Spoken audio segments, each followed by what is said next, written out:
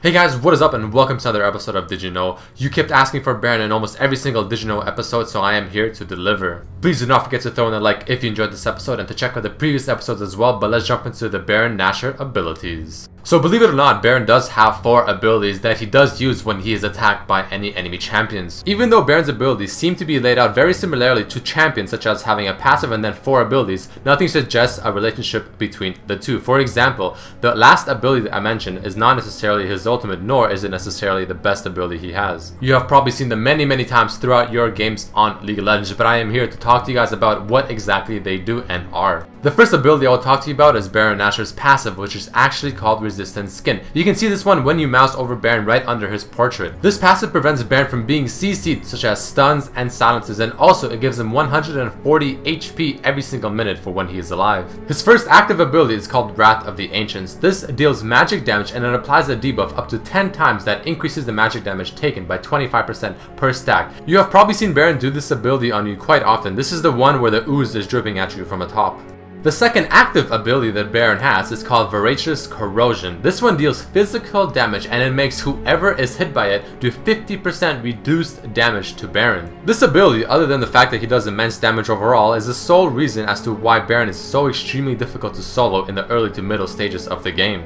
The next active ability Baron has is called Sweeping Blow. This is the one where you see Baron spin around with his head and he knocks all champions that are too close to him 600 range away. The last ability Baron has that he can activate is called Fluid Knockup or Propel. This is very similar to Cho'Gath's Rupture because this one puts a green puddle on the ground indicating where it will strike in a matter of seconds, and it knocks up and slows all the targets that are hit in that small AoE area.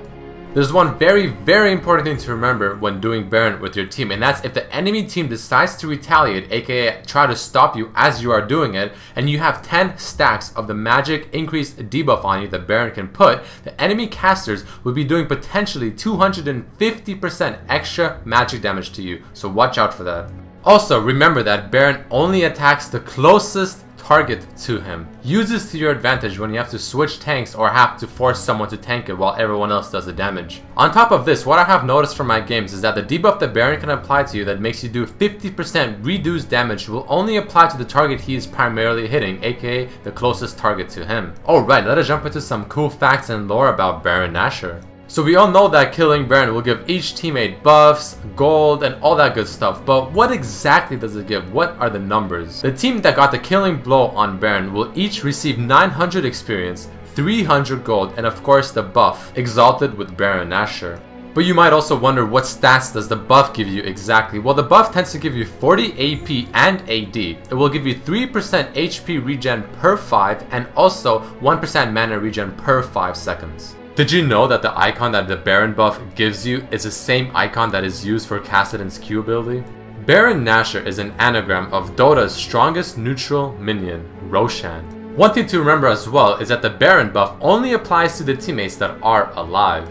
Did you know that Baron spawns 15 minutes into the game and takes 7 minutes to respawn once he is defeated? Here's some interesting lore. Apparently, the Baron that we see on the Summoner's Rift map isn't the real thing, but it is simply a facsimile of the true Baron Nashor, who is now the subject of myth and legend. Here's the lore of Baron as quoted from the Journals of Justice. Baron Nashor was a ferocious worm that ruled the Serpentine River, which flows through the Summoner's Rift. He was such a fearsome and powerful beast that even the armies of Demacia and Noxus steered clear of the river, unwilling to chance an encounter with the Baron.